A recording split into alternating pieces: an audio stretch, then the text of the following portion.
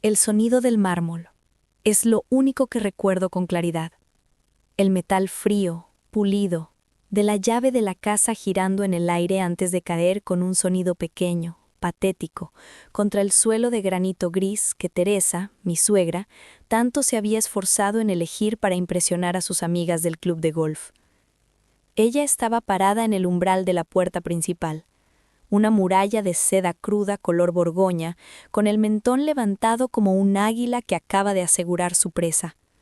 Sus ojos, 2 trozos de hielo azul, me perforaban. «Lárgate, María, lárgate de esta casa», gritó, su voz rasposa amplificada por la acústica cavernosa del vestíbulo. «Tu miserable charada terminó». Me quedé inmóvil en medio del salón, rodeada por los fantasmas de 3 años de humillación disfrazada de matrimonio.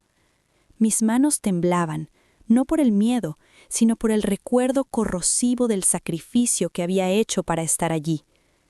«¿De qué estás hablando, Teresa?».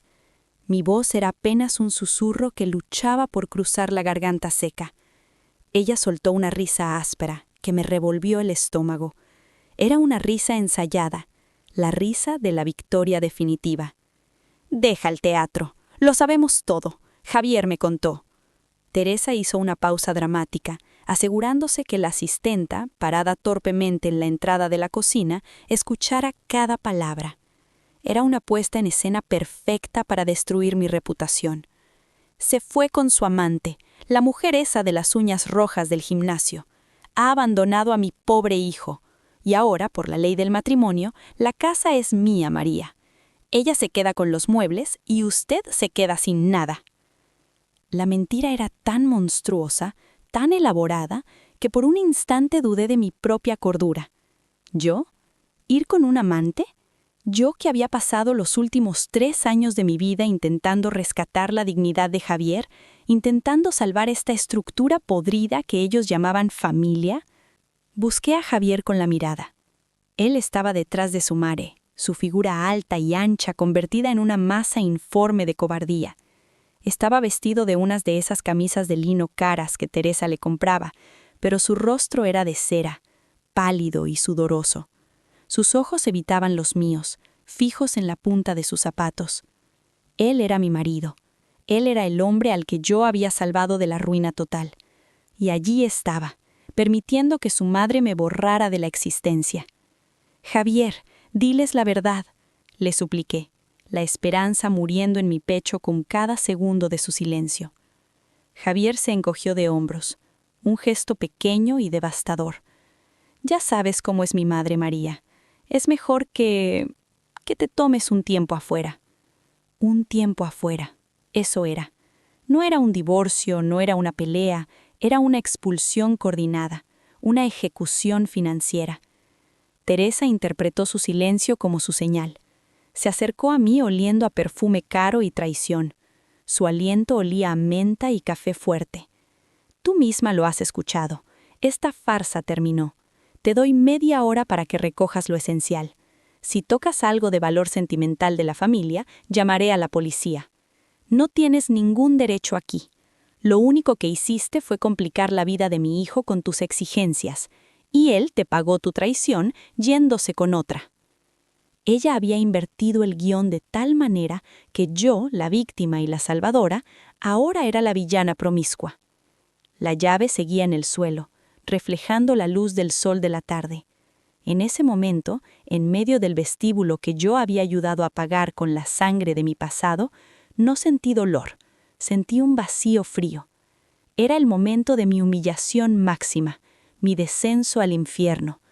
Pero mientras me inclinaba lentamente, recogiendo la llave, una certeza se formó en mi mente. La llave no era para entrar, era para recordar lo que me habían quitado. Miré a Teresa. Su sonrisa de superioridad era repugnante. «Teresa», dije, mi voz ahora firme, sorprendiéndola ligeramente. «Es verdad, me voy, pero no me estoy yendo con las manos vacías». Ella rió. «Claro que no, te llevas tu maleta barata y tu mala reputación». No respondí. Subí las escaleras, mis pies arrastrándose sobre la alfombra gruesa. El objetivo no era recoger mi ropa, El objetivo era salir con vida, con mi dignidad intacta y con el plan de volver. Me iría para volver con una sentencia. Mientras cerraba la puerta de nuestra habitación, que olía ahora a cobardía y a perfume de Teresa, miré por última vez la caja fuerte oculta detrás de un cuadro. Todo lo que necesitaba ya estaba asegurado. Ellos no sabían con quién se habían metido. Para entender la magnitud de la traición y la ferocidad de mi venganza posterior, hay que retroceder 3 años. No me casé por amor pasional, eso debo admitirlo desde el principio. Me casé por conveniencia, o más precisamente por la presión asfixiante de mi madre, quien creía que un buen apellido y una posición social eran la única salvación para una joven con un buen currículum, pero sin un gran capital. Javier, el hijo único de la formidable Teresa, representaba esa posición. Teresa era un remolino de energía y juicio. Me aceptó en la familia con la condición de que yo fuera, en sus palabras, moldeable. Quería una nuera que se mantuviera a la sombra, que organizara las cenas y que nunca, bajo ninguna circunstancia, contradijera su visión del mundo. Yo acepté, quería paz. Pero la paz nunca llegó. Lo que sí llegó fue la catástrofe financiera de Javier. 6 meses después de la boda, Javier, un hombre que vivía bajo el microscopio de su madre y que nunca había tenido que tomar una decisión real en su vida, desarrolló un grave problema con las apuestas deportivas online. Empezó con miles y pronto escaló a cifras astronómicas. Teresa lo mantenía a flote, pero siempre bajo cuerda, siempre con la amenaza constante de desheredarlo. Una noche, Javier llegó a casa a las 3 de la mañana, cubierto de sudor frío y temblando. Me despertó, encendiendo la luz del baño, y se desplomó en el suelo de baldosas. «María, estoy muerto. Me van a matar». Me senté en la cama, el corazón latiéndome con fuerza. Él no se refería a una amenaza metafórica. Me mostró los mensajes de los prestamistas. La cifra total era de 381.000 euros, una suma espantosa. «¿Cómo permitiste que esto pasara?», le pregunté, la voz ronca por el impacto. «No lo sé, la adrenalina. Pensé que lo recuperaría, y ahora si mi madre se entera, me corta la garganta. No solo me deshereda, me borra del registro familiar». Javier no tenía trabajo fijo, solo administraba algunas propiedades de Teresa. Yo, por otro lado, tenía un activo inestimable, la casa de mis padres. Mis padres habían fallecido 1 año antes de mi boda. La casa, en el centro de la ciudad, era una reliquia, llena del olor a lavanda seca y a libros viejos. Era mi único ancla, mi refugio emocional. Un refugio que valía exactamente 400.000 euros en el mercado. Javier me miró con los ojos llenos de lágrimas y por primera vez vi en él una desesperación genuina, no su habitual pasividad. «María, por favor, si me ayudas con esto, si saldas esta deuda, te lo juro por mi vida, te entrego mi alma. Serás mi dueña. Haré lo que sea». La decisión fue agonizante. Entregar mi pasado por el incierto futuro de un hombre débil y la promesa de una vida más tranquila. En mi mente era la única forma de conseguir algo de autonomía en ese matrimonio. Si yo salvaba a Javier, Teresa no podría deshacerse de mí tan fácilmente. Tendría una deuda de vida con la familia. 1 semana después, firmé los papeles de venta. Fue un día gris. Recuerdo el olor a papel viejo y tinta fresca en la notaría. El dinero, 381.000 euros netos después de impuestos, fue directamente a pagar a los prestamistas. No me quedé con un solo euro. Yo pagué la deuda de Javier. Yo compré mi lugar en esa casa. El gran error, el error que me costaría años de tormento, fue la gestión de ese dinero y la titularidad de la propiedad. La casa de Teresa y Javier, donde vivíamos, ya estaba a nombre de Javier, pero con una cláusula de usufructo vitalicio a favor de Teresa. Era un laberinto legal diseñado para que Javier nunca pudiera tocar el capital principal. Cuando yo pagué la deuda, Javier estaba tan aliviado que no le importó cómo se gestionara el dinero restante que usamos para unas supuestas reformas urgentes. Teresa nunca supo el origen exacto de la inyección de capital, solo que las finanzas de Javier se habían solucionado mágicamente. Javier me había suplicado que mantuviera mi sacrificio en secreto, temiendo el juicio de su madre. Así que me convertí en la guardiana de un secreto de 381.000 euros, viviendo en una casa que yo había ayudado a salvar, pero donde Teresa me trataba como una invitada incómoda. Mi infiltración comenzó ahí. Yo era un fantasma financieramente esencial, pero socialmente invisible. Los siguientes 2 años fueron un infierno lento. Teresa me humillaba por mi ropa, mi elección de vino, mi falta de pedigrí. En cada cena, en cada reunión, me recordaba mi posición. María, no tienes el tacto para manejar este tipo de personas. Déjaselo a Javier. O, ¿tu familia? ¿De verdad? Pensé que vendría sola, María. No necesitamos esa gente aquí. Javier, el hombre que me había prometido lealtad eterna, nunca intercedió. Nunca. Su pasividad era su arma más cruel. Me miraba con esa expresión de perro apaleado y luego volvía a comer. Me había vendido por la paz que le garantizaba su madre. Pero yo tenía mi as bajo la manga. La documentación. Yo había guardado cada transferencia bancaria, cada recibo de la venta de la casa, cada prueba de que 381.000 euros de mi capital personal habían sido usados para estabilizar la economía familiar de Javier. Yo era la esposa sumisa, la nuera invisible, la mujer que había sacrificado su pasado, pero también era la mujer que había enterrado sus pruebas esperando el momento exacto en que la lealtad se convirtiera en traición. Y ese momento, lo supe, estaba a punto de llegar. El verano llegó con un calor pegajoso y un silencio incómodo. Javier comenzó a desaparecer. Primero eran las reuniones tardías con sus socios, luego los viajes de fin de semana que solo podían ser de negocios urgentes. Su olor cambió. Ya no olía a la colonia cítrica que yo le había regalado, olía a jabón industrial y un perfume dulzón que yo sabía que no era mío.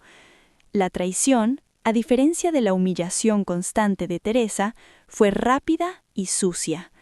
Una tarde, mientras vaciaba los bolsillos de su pantalón antes de poner la ropa en la lavadora, porque, por supuesto, una nuera debe lavar la ropa del hijo pródigo, encontré un pequeño recibo arrugado. Era de un hotel boutique en las afueras, un lugar conocido por sus encuentros discretos. La fecha era de hacía solo 2 días. El concepto, una botella de champán y un servicio de habitación completo para 2 personas. Mis manos se detuvieron sobre el pantalón. No lloré. No sentí rabia inmediata. Sentí una quietud peligrosa. Era el clic que mi mente estratégica necesitaba. El dolor emocional fue postergado. La necesidad de justicia legal tomó el control. Esa noche, cuando Javier regresó, estaba exultante, pero tratando de actuar normal. Se duchó rápidamente. Mientras él cenaba distraídamente, mirando el móvil, subí al baño y revisé su chaqueta. Encontré el segundo indicio, una llave electrónica de acceso a un apartamento. No era una llave de hotel, era una llave de residente. Mi corazón latió con lentitud, como un tambor de guerra. Javier no solo me estaba engañando, estaba estableciendo una vida paralela. La mañana siguiente hice algo que nunca había hecho en 3 años. Seguí a mi marido. Lo vi entrar en un edificio moderno en una zona nueva de la ciudad. Esperé. 2 horas después salió con una mujer. Era alta, joven, rubia ceniza, con una sonrisa fácil y sí, uñas rojas escandalosas.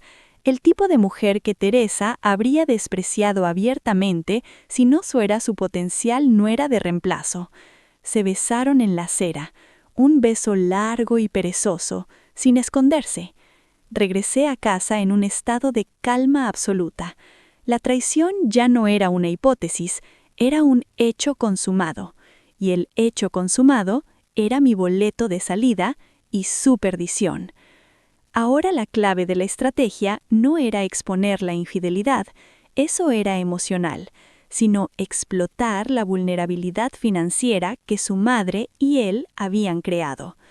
Recordé una conversación que había escuchado por casualidad hace meses. Teresa hablaba por teléfono con su abogado sobre la estructura de la propiedad. Había un documento, que yo nunca había visto, que redefinía el capital matrimonial en caso de un divorcio no amistoso. Me puse a buscar. Pasé la semana fingiendo dolor de cabeza, encerrada en mi oficina personal, un pequeño cuarto de costura que Teresa me había permitido usar. Revisé cada documento, cada recibo, cada declaración de impuestos conjunta, y lo encontré. No en papel, sino en un archivo digital mal guardado en la nube compartida de Javier. El documento era el Convenio de Aportación de Bienes Adquiridos, firmado por Javier antes del matrimonio, pero modificado y notariado de nuevo 6 meses después, justo cuando yo vendí mi casa. El documento estipulaba que cualquier inyección de capital superior a 200.000 euros realizada por uno de los cónyuges para salvar o mejorar la propiedad principal de la familia debía ser registrada ante notario. Si no se registraba oficialmente como un préstamo con interés o como una donación pura, se consideraba una contribución al patrimonio con derecho de restitución preferencial en caso de disolución del matrimonio. El matiz legal era brillante y perverso, diseñado por Teresa para protegerse si Javier se endeudaba de nuevo y ella tenía que pagar, pero en este caso se revertía contra ellos.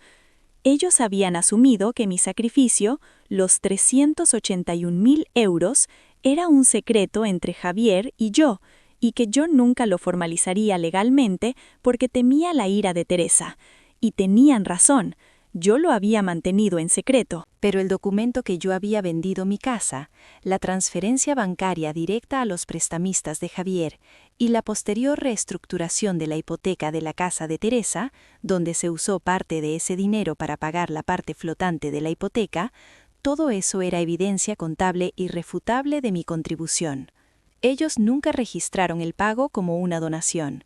Lo dejaron en el aire, creyendo que el silencio era su protección. Esta era la vulnerabilidad. Yo no era una esposa que se iba con un amante, como Teresa quería declarar. Yo era una acreedora no reconocida, que había sido forzada a salir bajo una falsa acusación de adulterio. La pieza del rompecabezas más dulce. Si ellos me echaban de la casa, que era propiedad matrimonial, aunque Teresa tuviera el usufructo, la ley lo interpretaría como un abandono de hogar injustificado si no existía una demanda de divorcio en curso. Pero si me echaban bajo la falsa acusación de adulterio, con testigos, la asistenta, Teresa gritando, sin haber presentado la demanda legal, eso era la peor jugada para ellos. Teresa estaba construyendo su caso sobre una mentira escandalosa. Yo me iba con el amante. Mi caso se construiría sobre el frío y duro papel de los 381.000 euros y la coacción. Me senté en el pequeño cuarto de costura, sosteniendo la prueba digital en la pantalla de mi portátil. El dolor de la traición se solidificó en acero. No iba a pedir el divorcio. Iba a esperar a que ellos me lo forzaran, de la manera más humillante posible, para activar la cláusula de restitución preferencial. Mi venganza no sería emocional, sino una operación de contabilidad forense ejecutada con precisión militar. La siguiente semana fue la más difícil de mi vida. Tuve que convertirme en actriz, la María sumisa y quebrada. Tenía que convencer a Teresa y Javier de que yo era inofensiva, destrozada por la culpa de un supuesto amante inexistente. Mi estrategia tenía 3 puntos clave. 1. Recolección de pruebas de coacción, audio y video. 2. Aseguramiento de los documentos financieros originales. 3. Establecimiento de la expulsión forzada como un hecho legal. Punto 1. La grabación. En el mercado compré un pequeño grabador de voz digital del tamaño de una moneda. Lo oculté meticulosamente en el forro de mi bolso favorito que dejaba olvidado en el salón durante las comidas y las discusiones con Teresa. Los resultados fueron inmediatos y devastadores. Teresa, sintiendo su victoria inminente, se desató. Audio 1. Cena del martes. Teresa, voz baja y siniestra. Te he visto la cara. Has perdido peso. Tienes ojeras. ¿Acaso crees que mi hijo es tonto? Lárgate antes de que te arrastre por el fango y dile a tu abogado que no tiene nada que rascar aquí. Eres una adúltera que abusó de la bondad de mi Javier. Audio 2. Teresa a Javier, en la cocina. Teresa, ¿le has dicho a ese imbécil de abogado que no te atreves a echarla? No seas estúpido, acúsala de adulterio, inventa algo. Es una mujer sin un centavo, no se atreverá a ir a juicio. ¿Y el dinero que se usó para la hipoteca? Ni una palabra, que se pudre en su silencio. Javier, apenas audible, sí, mamá, tienes razón. Estas grabaciones eran oro puro. No solo probaban la acusación de adulterio, sino que también revelaban la intención maliciosa de Teresa de despojarme de mis derechos financieros y manipular a Javier. Punto 2. Aseguramiento de documentos. Si bien tenía los archivos digitales, en un juicio legal el papel original sigue teniendo un peso diferente. Tuve que acceder a la caja fuerte de Javier. Javier era predeciblemente perezoso. Su contraseña era el cumpleaños de Teresa. Entré a la oficina de Javier una noche cuando estaba viendo un partido de fútbol con el volumen alto. La caja fuerte estaba escondida detrás de un mapa antiguo. Ingresé el código 15096. Dentro encontré los documentos originales, el convenio de aportación de bienes, los extractos bancarios que mostraban la venta de mi casa y el flujo directo de fondos a las cuentas de los prestamistas. Copié todo en un disco duro externo y lo saqué de la casa dejándolo en custodia con una amiga de confianza que vivía lejos. Si algo me pasaba, la evidencia estaba protegida. Punto 3. La expulsión forzada. Yo necesitaba que me echaran de la manera más pública y agresiva posible, sin que yo me resistiera físicamente, para que no pudieran alegar que la amante había abandonado al marido. Aquí es donde entra en juego la escena del gancho. Yo sabía que Teresa, en su arrogancia, organizaría una reunión familiar para contar su versión de los hechos. Yo solo tenía que esperar el momento. Mi abogado, un hombre mayor y tranquilo llamado don Rafael, me aconsejó: María, no salgas de esa casa hasta que te obliguen. Si te obligan, no discutas. Solo recoge las llaves y vete con la cabeza alta, y envíame el audio inmediatamente. Un miércoles por la mañana, Teresa me confrontó en el vestíbulo justo cuando yo terminaba una llamada de trabajo. Ella estaba furiosa, la paciencia se le había agotado. ¿Crees que no sé que estás buscando apartamento, María? ¿Crees que eres más lista que yo? Solo estoy organizando mis cosas, Teresa. Entiendo que quieres que me vaya. Quiero que te vayas hoy, gritó, con el rostro rojo, agitando la llave de la casa en mi cara. Llama a tu madre, llama a tu abuela. Diles que tu moral es tan baja como el precio de esa ropa barata que usas. Y fue entonces cuando ocurrió. Ella tiró la llave, gritó la mentira de la amante, el gancho de la historia, y Javier se quedó callado. La humillación era mi billete a la justicia. Yo había sido expulsada formalmente, con testigos, la asistenta, bajo una acusación infundada de adulterio. Recogí la llave, subí las escaleras, y en lugar de empacar mi ropa, tomé mi bolso donde estaba el grabador. Le envié el archivo de audio a don Rafael encriptado, junto con la dirección de mi amiga que custodiaba los documentos originales. Mientras cerraba la puerta de la habitación, con la maleta de mano vacía en la mano, me permití una pequeña sonrisa. Ya estoy fuera, Teresa. El juego comenzó. Salí de la casa con un nudo en la garganta por la tristeza del sacrificio perdido, pero con una certeza helada. Ellos iban a pagar, y el precio sería exacto, calculado en 381.000 euros, más intereses y daños punitivos. Me dirigí a un hotel simple, lejos de cualquier lugar que ellos pudieran buscar. La siguiente fase era activar la trampa. Pasé 10 días en el hotel trabajando con don Rafael. La estrategia era doble. Primero, la defensa contra la acusación de adulterio. Segundo, la demanda civil por fraude, coacción y restitución preferencial del capital aportado, los 381.000 euros, más intereses y daños punitivos. Don Rafael envió la primera notificación legal. No era una demanda de divorcio, era una solicitud de mediación urgente ante el juez de familia, citando coacción y abandono forzado del domicilio matrimonial por tercero. El objetivo era obligarlos a sentarse frente a mí y a un mediador, dándome el escenario perfecto para mi golpe. Teresa se sintió ultrajada, me llamó personalmente, furiosa. «María, eres una descarada. ¿Me obligas a ir a un mediador por unas malditas llaves? Mi abogado se reirá en tu cara». «Espero que ría, Teresa», le contesté, con una calma que la desarmó. La reunión de mediación se programó en la oficina de un abogado neutral, un lugar con paredes insonorizadas y una gran mesa de caoba. Llegué impecablemente vestida, no con trajes de lujo, sino con un traje sastre gris que gritaba seriedad y profesionalismo. Teresa llegó tarde, arrastrando a un Javier nervioso y acompañada por su abogado, un hombre corpulento y agresivo que la defendió en varios litigios menores. El mediador era una mujer seria y eficiente. Teresa fue la primera en hablar, con un tono teatral y condescendiente, como si estuviera hablando con una niña descarriada. «Señora mediadora, estamos aquí por una frivolidad. Esta mujer, María, ha deshonrado a mi hijo, ha cometido adulterio y al ser confrontada ha intentado extorsionar a mi familia. Le dimos la oportunidad de irse en silencio, pero ahora exige una compensación ridícula por abandonar a Javier. Quiero que el divorcio inmediato, por culpa de ella». El abogado de Teresa asintió con fervor. «Mi clienta tiene pruebas de que la señora María ha estado ausente y ha mantenido una relación extramatrimonial.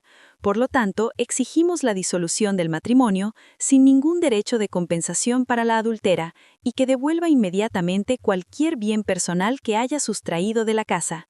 Mi turno. Me incliné hacia adelante, mis manos cruzadas sobre la mesa. «Con el debido respeto, señora mediadora, la narrativa de la señora Teresa y el señor Javier es completamente falsa. El señor Javier, de hecho, es quien está manteniendo una relación extramatrimonial desde hace varios meses». Teresa soltó una carcajada estridente que rompió el silencio de la sala. «Mentira, qué descaro». «No es mentira, Teresa», intervino don Rafael con una voz baja y autoritaria. «Tenemos pruebas fotográficas del señor Javier con la señora, nombre de la amante, en un apartamento alquilado, y tenemos el recibo de hotel de un fin de semana. No es relevante para la parte financiera, pero aclara quién traicionó a quién». Javier se hundió en su silla, su rostro estaba rojo y miró a su madre, que ahora parecía una estatua de sal. «Eso no importa, la casa es de Javier. Ella no tiene derechos. Que hablemos de dinero, que es lo que le interesa a esta oportunista». «Perfecto, hablemos de dinero, Teresa», dije, sintiendo el poder de la calma.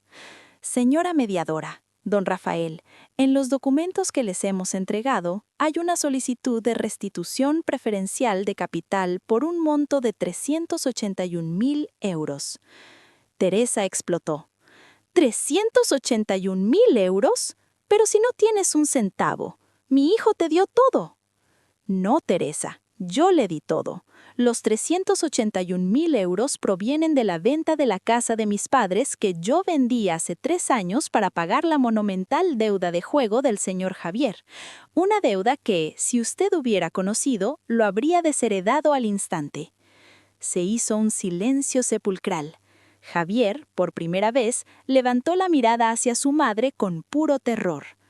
«Javier, ¿es esto cierto?», Teresa siseó, ignorando a todos los demás. Javier balbuceó, incapaz de mentir bajo esa presión. «Mamá, es complicado.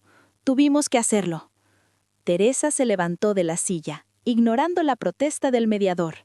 Se acercó a Javier, su mano temblando.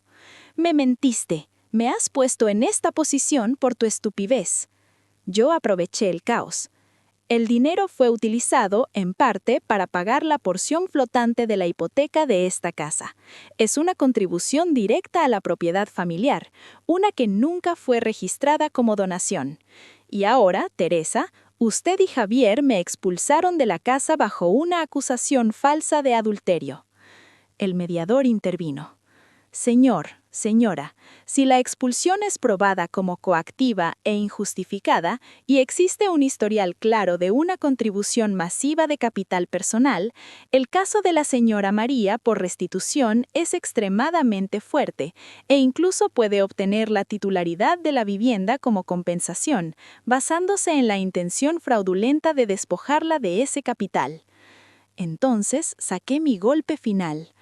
Para demostrar la intención fraudulenta de la señora Teresa y la coacción ejercida para ocultar mi inversión de 381.000 euros, me gustaría que escucharan una grabación. Don Rafael conectó el pequeño dispositivo. La sala se llenó con la voz rasposa de Teresa grabada en la cocina. «Le has dicho a ese imbécil de abogado que no te atreves a echarla. No seas estúpido. Acúsala de adulterio. Inventa algo. Es una mujer sin un centavo. No se atreverá a ir a juicio. ¿Y el dinero que se usó para la hipoteca? Ni una palabra. Que se pudra en su silencio». Cuando la grabación terminó, el silencio era ensordecedor. Teresa estaba pálida, con la boca abierta. Su abogado, con el rostro serio, ya estaba recogiendo sus papeles, sabiendo que el caso penal por coacción y fraude se había vuelto inevitable. «Señora mediadora», dije, con firmeza, «yo no me fui con el amante. Ellos me echaron para robarme mis 381.000 euros. Y ahora, don Rafael, por favor proceda con la demanda civil por restitución y la solicitud de mi derecho preferencial sobre la residencia conyugal». Javier se levantó de golpe, mirándome con una mezcla de odio y pánico. «María, por favor, no hagas esto. No sabes lo que le harás a mi madre». «Sí lo sé, Javier. Le haré justicia. Y tú tendrás que elegir entre tu amante y la calle, algo que no pude hacer yo hace 3 años». El golpe en la sala de mediación fue solo el primer asalto. La batalla legal duró 9 largos meses, pero yo estaba preparada para la guerra. Don Rafael presentó una demanda triple. 1. Demanda de divorcio por culpa exclusiva del marido, infidelidad probada y abandono emocional. 2. Demanda civil por restitución de capital, los 381.000 euros más intereses legales por 3 años. 3. Solicitud de adjudicación de la vivienda conyugal a mi favor, como compensación por el fraude y la coacción probados. Teresa contrató un equipo legal de renombre para combatir la coacción. Su estrategia era simple: alegar que la grabación era ilegal y que el dinero que yo aporté era un regalo de mi parte a Javier, una donación de amor que no requería registro notarial. Pero el juego de Teresa se desmoronó por la existencia del convenio de aportación de bienes adquiridos que ella misma había diseñado.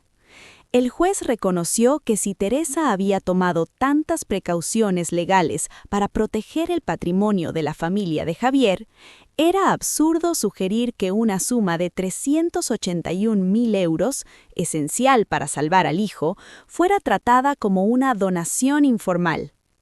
La clave de mi victoria fue el testimonio del prestamista que había recibido el dinero. Tuvimos que darle inmunidad, pero él confirmó bajo juramento. El pago fue realizado por la señora María, de su cuenta personal, y fue destinado a saldar la deuda de juego del señor Javier. El día de la sentencia fue frío. Yo estaba en la sala, sintiendo una extraña mezcla de nerviosismo y vacío. Teresa y Javier se sentaron al otro lado, separados por sus respectivos abogados. Teresa estaba tensa, pero aún con ese aire de superioridad, convencida de que su apellido la salvaría. Javier se veía demacrado. La amante lo había dejado al enterarse del escándalo financiero. El juez, un hombre de mediana edad con gafas de montura fina, leyó el veredicto con voz monótona pero firme. Sobre la demanda de divorcio, El tribunal encuentra pruebas concluyentes de la infidelidad y el abandono emocional por parte del demandado, señor Javier. El matrimonio queda disuelto, con la culpa recayendo exclusivamente sobre el señor Javier. Sobre la restitución de capital. El tribunal determina que los 381.000 euros aportados por la señora María constituyen un capital personal esencial para la salvaguarda económica de la unidad familiar, y su falta de registro notarial como donación no exime la obligación de restitución. Se ordena la devolución inmediata de los 381.000 euros a la señora María, más los intereses legales acumulados. Aquí vino el golpe de gracia, la parte que hizo que Teresa se ahogara con su propia respiración. Sobre la adjudicación de la vivienda y el fraude.